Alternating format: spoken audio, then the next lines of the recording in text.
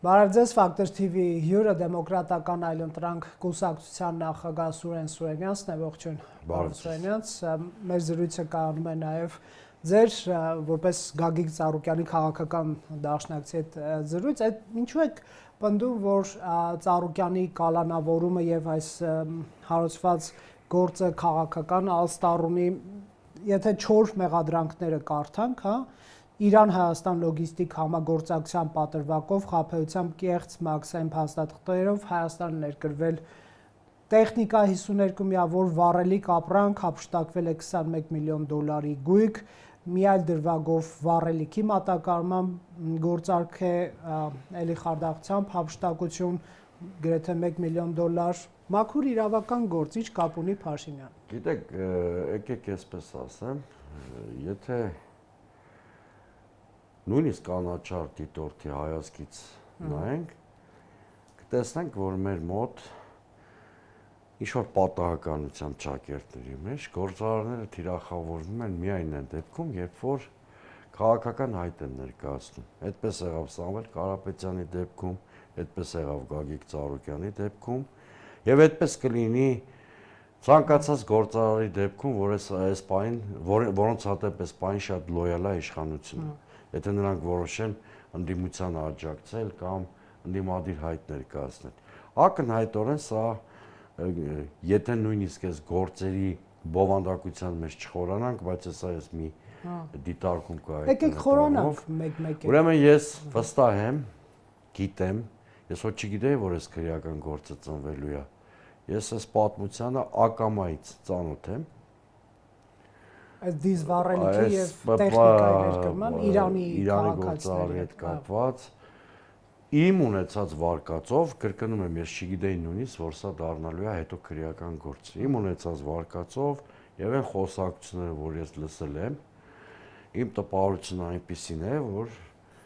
իրանցի ծագումով մի գործարար պարոն Ծառուկյանին գումար էր գցել։ Այսինքն գումար էր ստացել, որի դիմաց անհրաժեշտ ծավալը գործողությունների չէր կատարել։ Այսինքն այս գործը իմ համար դրա համար է շատ տարօրինակ, որտեղ ես ասում եմ հակառակ տրամաբանությունն աշխատել, ընդհակառակը դերևս իրան են խաբել, ոչ թե հակառակ։ Այսինքն ինքը այս գործում հաստատ կարող էր դժոխ լինել եւ մեր փաստաբանները ի դեպ, որոնք գործին ծանոթացել են, նույն պնդումը ունեն, ինչ ես ստացել եմ որպես տպավորություն։ Այդ տպավորությունը նոր չեմ ստացել, ամիսներ առաջ Քիչ ավելի པարզ կբացատրեմ։ Ավելի པարզ ես չեմ խորացել պարոն Ծառուկյանի բիզնես գործունեության մեջ, բայց զրույցները, որոնք լսել եմ այս գործի վերաբերյալ, ակնհայտորեն այն մասին էին, որ իրանցի ծագումով գործարարը պատշաճ չի կատարել իր պարտավորությունները պարոն Ծառուկյանի հանդեպ, ժողովրդական լեզվով ասած նրանք գցել են։ Բա ո՞նց է Ծառուկյանը։ Ես չգիտեմ հիմա ոնց է, հենց դրա համար էլ ասում եմ նաև քաղաքական այստեղ ակնհայտ քաղաքական բաղադրիչ կա, այսինքն տեսեք Ծառուկյանին պատկանող 70 ձեռնարկություն նույն օրը չեն կարող այնպիսի խախտումներ թույլ տալ, որպիսի 70 հասցեներում խուզարկություններ կապարակնքվեր եւ այլն, այս եկեք ընդունենք, որ նույնիսկ տեսականորեն նույն մարդուն պատկանող բոլոր բիզնեսները մեկեն չեն կարող օրինազանց դառնալ։ Անհավատ մի տարի 6 ամիս առաջ այդ ձեռնարկությունները աշխատել են շատ հանգիստ, հարկեր են վճարել, որևէ խնդիր չեն, մշտապես ստուգումներ են եղել, որևէ խնդիր չի բացահայտվել։ Մյուս կողմից ես հարցը տամ, նույն քաղաքական աստառով, հա, պարոն Սուրենյանց, ՍԴ-ի որոշումը հրապարակվեց, համաձայն որի ԲՀԿ-ն խորհրդանում չի լինի, դուք մանդատներ չեք ստանա, ընտրությունները հետևում են, Ծառուկյանը, չգիտեմ, պիտի որ քաղաքական վտանգ չսպառնա այս իշխանություններին, չէ՞ որ արդեն եթե նույնիսկ ՍԴ-ն քաղաքական մոտիվացված որոշում է կայացրել իշխանության պատվերով, ինչը ընդդիմությունն է պնդում, թեմա փակված է, Ծառուկյանը ինչ դուք նախկին իշխանության գործելավոճի մասին եք խոսում։ Իրենք այդպես էին անում, նախկինները օրինակ մոտավորապես ձեր ասած սխեմայով էին գործում, այսինքն մարդուն վնասազերծում էին քաղաքական առումով։ Ծառուկյանը ժամանակ էլի վնասազերծում էին քաղաքական առումով, հետո իրան հանգիստ էին թողում։ Հիմա ոնց որ թե Կներեք, ես կարող եմ սխալ պնդում արեցի, կարող է Ծառուկյանը չէր անցնում քրեական գործերով այն ժամանակ, բայց խուզարկություններ էլի կային բիզնեսներում։ Համենայն դեպս շրջապատի մի քանի 100 մարդ ձերբակալվել էին, հա։ Այս իշխանությունը ավտորիտարիզմի նոր մակարդակ է գրանցում։ Ինքը որոշում է դիմադրության բոլոր կենտրոնները չեզոքացնել, անկախ նրանից այդ կենտրոնը ինչքանով է ակտիվ կամ ինչքանով է գրանցված արդյունք արձանագրել։ Բայց ԲՀԿ-ի մասին ձեր դիտարկումների հետ որ կշարունակեք, այսինքն փողոցային շարժման էլ չգնացիք։ Հա, բայց ԲՀԿ-ի հարցով ինքը կարող է մի քանի բան չներել։ Ակնհայտորեն չի ներում, որ ակամա թե ակամա ԲՀԿ-ն դարձավ այն ինդիկատորը, որը հարամեց Նիկոլ Փաշինյանի լեգիտիմությունը։ Մենք հիմա էլ պնդում ենք, որ մենք հավաքել ենք 4.4% եւ ապօրինաբար են մեզանից խլել ֆրակցիա ունենալու իրավունքը, այսինքն մենք ասում ենք, որ իշխանության յուրացում է տեղի ունեցել, ազգային ժողովը խճազգային ժողովի խճանկար ապօրինաբար փոխելու ձևով։ Այս օրինակ սա մի պատճառ, որ քաղաքական քինախնդրությունը կարող է աշխատել։ Երկրորդ պատճառը ակնհայտորեն նաև այդ առույցների նկատմամբ անմարկային վերաբերմունքից ելնելով եւ Նիկոլ Փաշինյանի ինչ-որ արտահայտություններ հիշելով առույցների մասին հիշում եք երևի բանավեճի ժամանակ Գագիկ Ծառուկյանի մի արտահայտություն նախընտրական արշավի ժամանակ չի ներվել Գագիկ Ծառուկյանին, այդ առույցը հիշում եք, որ Նիկոլ Փաշինյանը բավականին վուլգար արտահայտություններ էր անում, դրանի պատասխան Գագիկ Ծառուկյանը մի հատ ռեպլիկ արեց առույցի վանդակի մասին, ըստ ամենայնի սա մնացել է Նիկոլ Փաշինյանի կոկորդին եւ չի ներվում։ Երրորդը, ասում եք քաղաքական, նույնիսկ ամենաօրինազանց գործարարին աշխարհի որևէ երկրում, նույնիսկ ամեղության կանխավարկած այդ ձևով տրորելով նման ստոր անմարկային եղանակներով չեն կալանավորում, երբ որ մարդը դիմադրություն ցույց չի տալիս, ես ինքս 2-3 անգամ կալանավորվել եմ։ Երբ որ դու իրավապանները շատ հմուտ են այդ դեպքերում, երբ որ նրանք տեսնում են, որ դու դիմադրություն ցույց չես տալիս, նույնիսկ ձեռնաշղթաների խնդիր չի առաջանում։ Եվ մարդը պատրաստ է իրավապանների ցուցումներին։ Ես ընտանիքի անդամների նաև ներկայացում գիտեմ ինչա տեղի ունեցել։ Պարոն Ծառուկյանը դուռը բացել է, հրավիրել է ներս մարդկանց։ Թիկունքից բորենու պես 30 հոգու հավաքում հարցակում են մարդու վրա, թիկունքից զգետնում են, դա կներեք, բայց ոչ իրավունքի հետ գործ ունի։ Ոչ մոտակ քաղաքական մանրախնդրության, կինախնդրության բացահայտ դրսևորում է։ Այսօր մեր հյուրն էր նաև ՍԴ-ում քաղաքացիական պայմանագրի ներկայացուցիչը Սուրեն Գրիգորյանը եւ ասում էր իմ տպավորությամբ Ծառուկյանը այսպես դիմադրել է այդ պատճառով է։ Բացարձակապես նման բան չկա։ Գետնին տալու բոլոր ականատեսները ասում են, որ հրավեր ա եղել մտնել տուն այդ մարդկանց, հրավերին չէին էլ սպասում իհարկե, բայց այնուամենայնիվ պարոն Ծառուկյանը շատ մեծ կենսափորձ ունեցող մարդ է եւ ընդհանրապես որևէ ողջամիտ մարդ այդ քանակի իրավապաններին ոչ կարող է դիմադրել, ոչ էլ ողջամտության շրջանակներում անգամ դրա մասին մտածել, դա աբսուրդ է ուղղակի։ Այսինքն կներեք, դուք կարծում եք, որ որոշակի ազնական վրեժխնդրություն կա Նիկոլ Փաշինյանի կողմից, հատկապես կներեք հիշեցնեմ նաև հեռուստադիտողին դուք մի մասը ասեցիք, ես չեմ գցելու թող գա մտնի առյուծների վանդակը, ժողովուրդն էլ ասեց կլինի որ որց առյուծի վանդակը մտնի, այսինքն դուք համարում եք, որ Փաշինյանը վիրավորվել է այս արտահայտությունից եւ առյուծները այդ պատճառով են արգելվել։ Ես համարում եմ, որ սա քաղաքական հաշվի արդար է եւ համարում եմ, որ այդ քաղաքական հաշվի արդարի կարևոր բաղադրիչը այո անձնական քինախնդրությունը այդ արտահայտության այդ բանի ինձ որը մի քիչ վուլգար հայտարարություն արել է Փաշինյանը, իրան շատ ավելի մեղմ տոնով պատասխանել են, բայց առաջ եղել են, ինչ որ եղել է, այս առաջի դեպքը չի, երբ որ իշխանավորները իրանք մեկին վիրավորում են, հետո վիրավորվածի կեցվածք են ընդունում եւ քրեական գործ են արվում։ Եվ կա համատեքստը Ծառուկյանը ինչ վտանգեր ներկայացնում, անցել էր էլի այդ թեժփուլը, փողոց։ Իսկ իշխանությունը ձեր կարծիքով այնքան կայուն վիճակում է, որ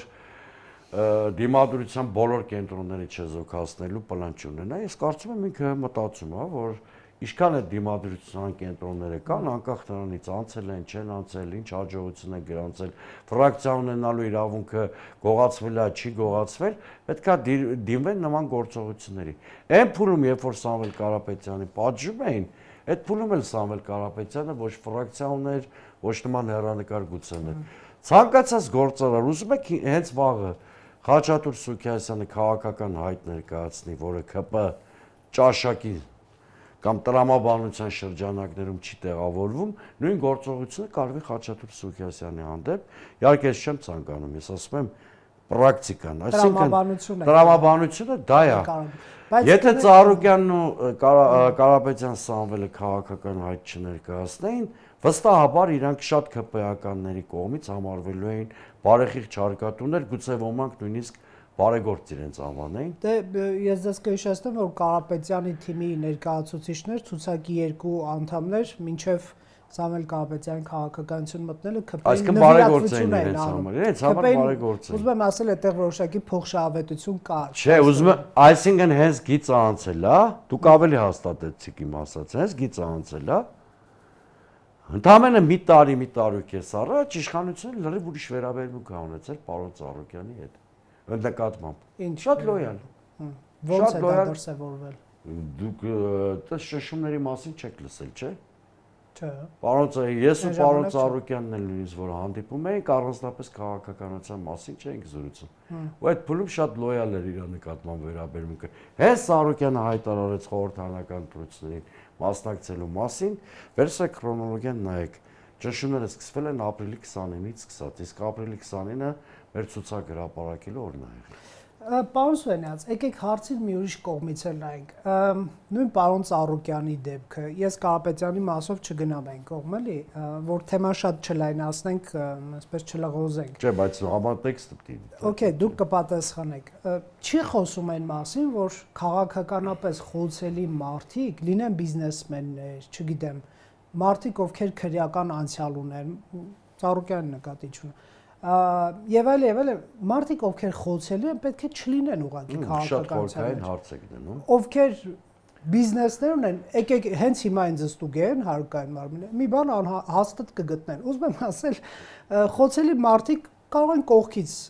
քաղաքականության աջակցել, օրինակ ձեզ ֆինանսավորեն կամ չգիտեմ, այլ քաղաքական ուժերի ԱՄՆ-ն ոնց է, չէ՞։ Չնայած Թրամփը այդ օրինակը ջնջեց, ինքը հենց գործարար էր, բայց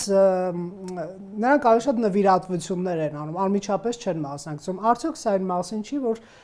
ճիշտ կլինի թե պարոն Ծառուկյանը, թե մյուս գործարարները զբաղվեն իրենց գործով։ Գիտեք, տեսական հարց եք տալիս, որի շուրջ շատ երկար կարող եմ խոսել, ընդհանրապես ցանկացած մարդ իրավունք ունի զբաղվել քաղաքականությամբ։ Բան չասեցի, բայց այդ թվում խոշոր կապիտալը, թուլություններ ունեցող մարդիկ, խոշոր կապիտալը, այլ խնդիր է, որ շատ ավելի արդյունավետ գուցե լինի ձեր ասած տարբերակը, երբ որ քաղաքական խոշոր կապիտալի ներկայացուցիչները օրենքով սահմանված կարգով, այո, աջակցում են այս կամ այն նվիրատվություն են անում, իհարկե, դրա համար ասեցի, բայց մենք ունենք այն իրավիճակը, ինչ որ ունենք, որտեղ մենք չունենք կատարյալ քաղաքական համակարգ, ունենք այն իրավիճակը, ինչ որ ունենք։ Տեսեք, մեծ հաշվով քաղաքական process-ները դրան էլ տանելու են։ Ինքը պարոն Ծառուկյանը հայտարարում էր, չէ, որ ոչ վարչապետ դառնալու հավակնություն ունի, ոչ մանդատ վերցնելու նույնիսկ հավակնություն։ Կնայեք, ընդ որ թյուրիմացություն չլինի, իմ ասածը մասին չի, որ արդարացվի այդ քրեական պատմությունը։ Չէ, դա չէր կարող արդարացվի։ Այն ինչ որ կատարվել է Հակելի Ռոբերտ, հատկապես կալանավորման այդ վայրակ տեսարանը, ես ուզում եմ կնայեք, չի նայեք կամ իրանք ասեն չեն ասի, ես ուզում եմ տեսախցիկին նայելով Նիկոլ Փաշինյանն ասեմ, որ ինքը պատասխան է տալու այս հարցի համար, ուշ թե շուտ, այդ պատասխանը քաղաքական պատասխանի մասին եմ խոսում, անպայման ինքը քաղաքական պատասխան տալու է, անցել է բոլոր գարմիր գծերը, իրեն կանգնեցել է անդունդի եզրին։ Ինքը գծել է այն սցենարը, որով իրան իշխանությունից հեռացնելու են, որտեղ եւ թե դու կարմիր գծեր ես այրում, հատում եւ բոլոր քաղաքակիր վարվեցողության բոլոր քաղաքակիր կանոնները գրված չգրված տորորում ես, դու քո իշխանության հեռացման սցենար ես նաև ակամայից գրում։ Նույն ձևի ես դա չեմ ցանկանում, բայց շատ կոշտ մեթոդներով վարվելու են իր հետ, որտեղ այսքան թշնամացնել հասարակության տարբեր խմբերի իշխանության նկատմամբ, այս անտագոնիստական միջավայրը մտցնել հասարակական հարաբերություններ, տեսեք, ես մի բան ասեմ, երեք նկատած կլինեք, Ծառուկյանին պաշտպանել են նույնիսկ մարդիկ, ովքեր պարբերաբար իրան քննադատել են, համակիր չեն Ծառուկյանին եւ այլն։ Իսկ օրինակ 3 տասնյակ այդ կարգի մարդկանց գրառումներ եմ կարդացել։ Ու մարդիկ չեն ուզում ապրել մի երկրում, որտեղ ամեն ինչ որոշվում է Նիկոլ Փաշինյանի քմահաճույքով։ Ոչ թե օրենքն է գերակա, այլ իր քմահաճույքները կամ իր մերկանցիլ քաղաքական իշիվ շահերը։ Նախորդ հարցը սա։ Իսկ նախորդ հարցին ձեր բայց եկեք լրացնեմ դրանով պատասխանեք։ Կնեք ընդհատում եմ։ Հնարավոր է պարոն Ծառուկյանը որոշում կայացնի քաղաքականությունից դուրս գալու մասին։ Այս իրավիճակը։ Գիտեք, եթե ամեն ինչ խաղաղ քաղաքակիրթ ընթացք լիներ, պարոն Ծառուկյանը նաև տարիքի բերումով ինքը ոչ խորհրդարան էր մտնելու, եթե ֆրակցիան ունենայինք, ասել էր, որ վարչապետի հավակնություն էլ չունի,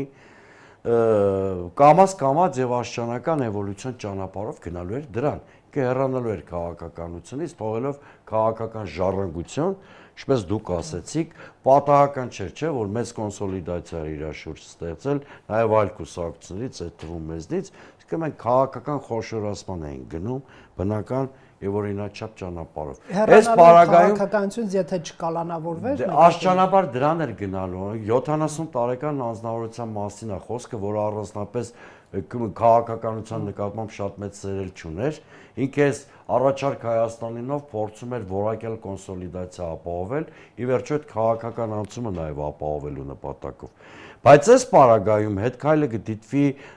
տրվել իշխանության սանդրանքին կամ ճշմանը, այս պահին, երբ որ նա ապօրինի կալանավորված է, դրա մասին խոսք լինել չի կարող, միջև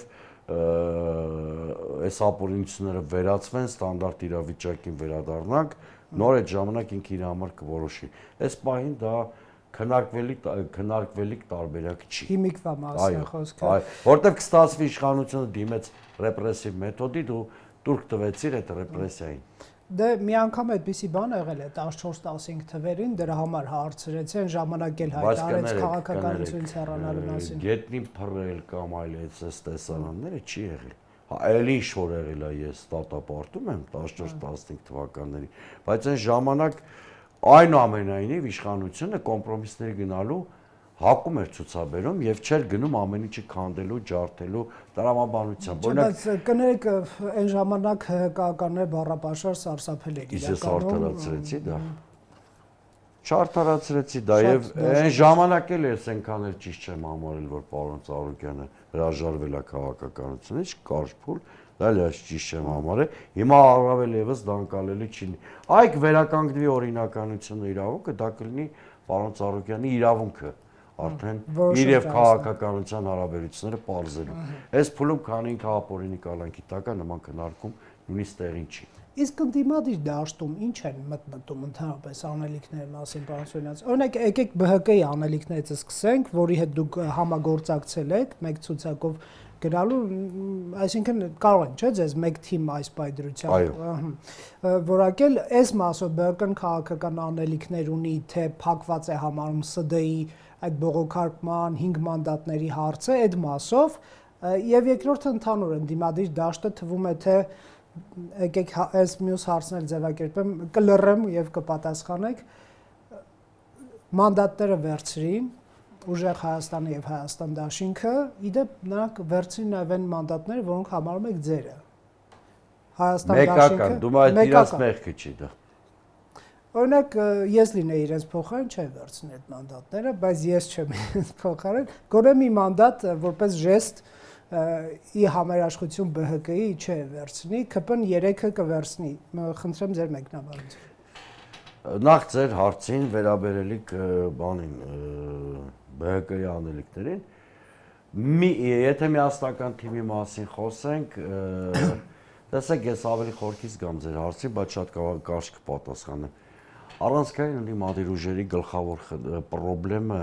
հենց այն էր, որ իրենք կարողացան քիչ թե շատ արդյունավետ համակարգեր ստեղծել նախընտրական փուլը սպասարկելու համար, բայց կայուն համակարգեր, որոնք հետընտրական միջնաժամկետ process կսպասարկեն, այդ համակարգերը ստեղծված չեն կամ սահմանային վիճակում են, ինչը լուրջ խնդիրներ է ստեղծում։ Այդ մասին ընդդիմությունից դերևս Սցենար չկա, այսինքն ռազմավարական մտածողություն չկար դրանից բխող լուծումներով, հա։ Այդ մասին ցնցումներ չեն գործում։ Այդ մասին էլի ցնցումների մասին չեմ ես խոսում, ես խոսում եմ մի քանի պլանների արկայության մասին։ Հիմա տեսեք, այդ մասին ընդդիմությունից մենակ ես եմ խոսում, որոշ ընդդիմադիր գործընկերներ էլ դժգոհում են, որ բարձրաձայնում եմ, բայց այսօր մենք կանգնած ենք նոր համակարգերի ձևավորման անհրաժեշտության առաջ։ Կարող ենք անել, թե չենք կարող, ընդ որում խոսքը միայն ԲՀԿ-ին չի վերաբերվում, առանցքային այդ երեք ուժերին էլ վերաբերվում է։ Կարող ենք ստեղծել, թե չենք կարող ստեղծել, դրանով էլ կարող ենք պատասխանել այն հարցին, կունենանք կենսունական ընդդիմություն, թե մի հատ ուրիշ ավելի ռադիկալ ընդդիմություն կծնվի այս հասարակական տրամադրությունների ռադիկալացման ֆոնին, արդեն ինքը ամբողջ համակարգը փոխելու խնդիր կդնի թե իշխանությանը, թե ընդդիմությանը։ Այդ հարցին այսօր ես պատասխանել չեմ կարող, որովհետև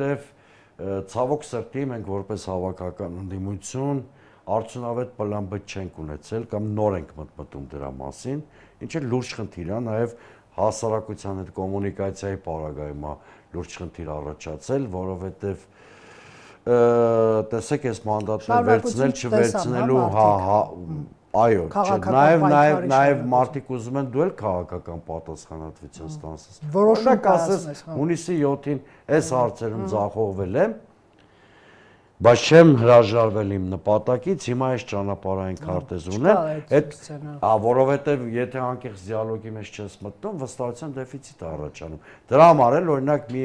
արհեստական հարց, որը հեչ հասարակության որոշման տիրույթում չի,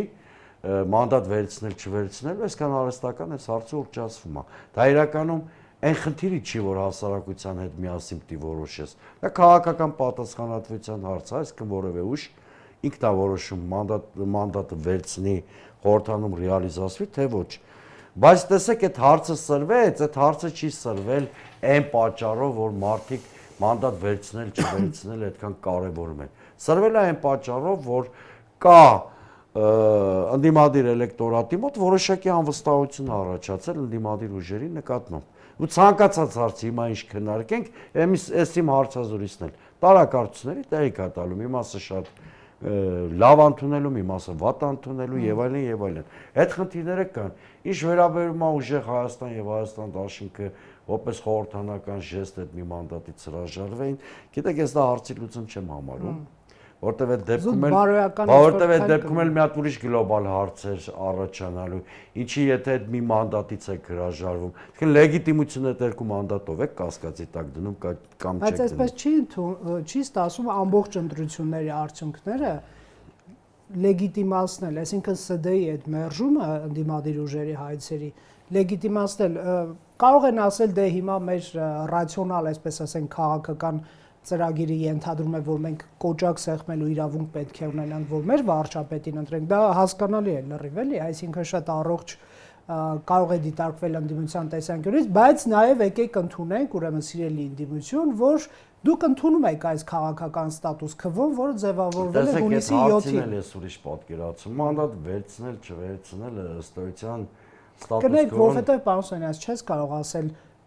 ընտրությունների արդյունքների իմ մասը լեգիտիմ է, այն մի մասը նույն Նիկոլ Փաշինյանին է այդ վերաբերվում։ Փաշինյանն էլ է նույնը ասում են, բայց նա տարբերություն ընդդիմության ՍԴ չդիմեց։ Գիտեք, այդ լեգիտիմությունը մի քիչ հարաբերական հասկացություն է,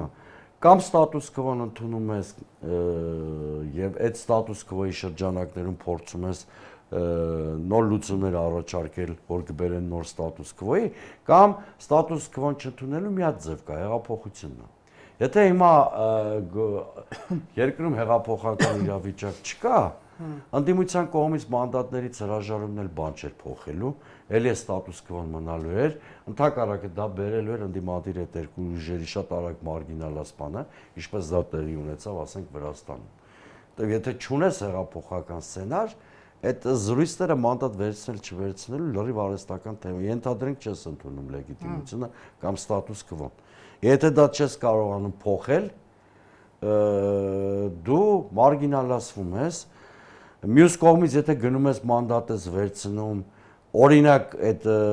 բոնուսներից էլ ես օգտվում, օրինակ խորհրդարանական պաշտոնների բաժանմանն ես մասնակցում։ Դա էլ կարող արժե զրկել քո քաղաքական խոսույթը, որովհետև արդեն քաղաքական